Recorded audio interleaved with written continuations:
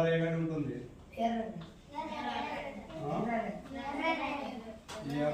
ఎర్ర నేల భూమి, నల్ల రేగడి, ఎర్ర నేల, దాంతో పాటుగా లాటరైట్.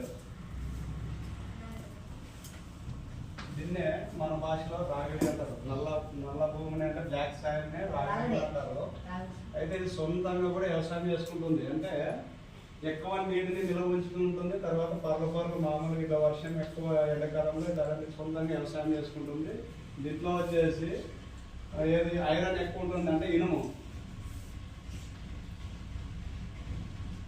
కాబట్టి ఈ నల్ల రేగడి భూమిలో వచ్చేసి మనం ఎక్కువ పత్తి పండిస్తాము, కాటన్, పత్తి.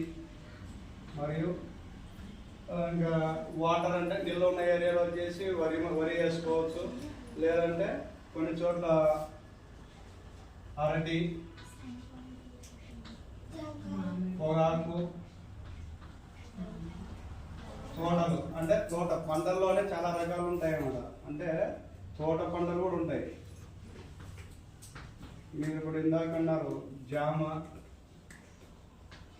ఇట్లా డిఫరెంట్ టైప్ ఆఫ్ చాలా పంటలు కూడా మనము నల్ల రేగడిలో పండించుకోవచ్చు. ఎర్ర నేల భూములు వచ్చేసి చాలా సారవంతమైన నేలలు. ఈ ఎర్ర నేలలో వచ్చేసి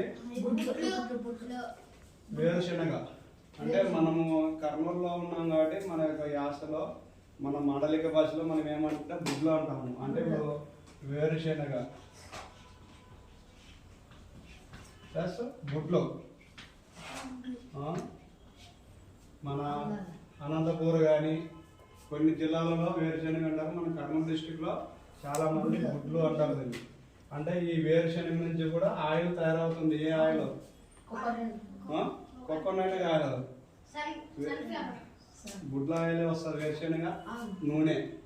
అంటే ఇవన్నీ వచ్చేసి పంటల్లో ఉన్న డిఫరెంట్ టైప్ ఆఫ్ ఉంటాయి. దీంట్లోనే మళ్ళా తృణధాన్యాలు అని ఉంటాయి. తృణధాన్యాలు అంటే ఏమేమి వస్తాయి? కొర్రలు, అరికెలు, అంటుకొర్రలు, ఇట్లా.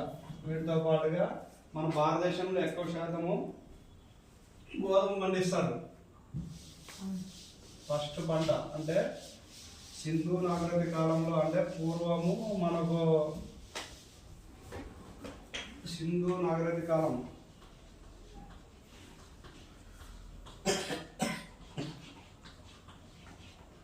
సింధు నాగరిక కాలంలోనే ఎక్కువ వచ్చేసి